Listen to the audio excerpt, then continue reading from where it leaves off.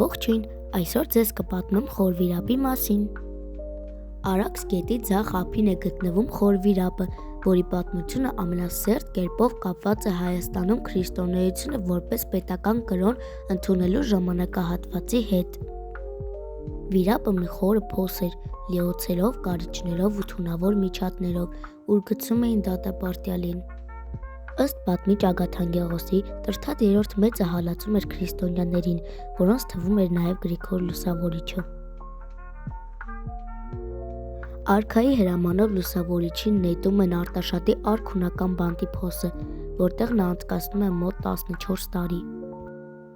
Այս ժամանակահատվածում Տրթատ III մեծը մահացու հիվանդանում է,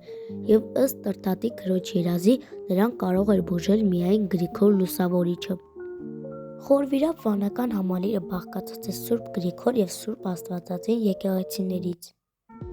Խորվիրապը կրոնական ու պաշտպանական կառույցների համակցման Վանք ամրոցի լավագույն օրինակ է։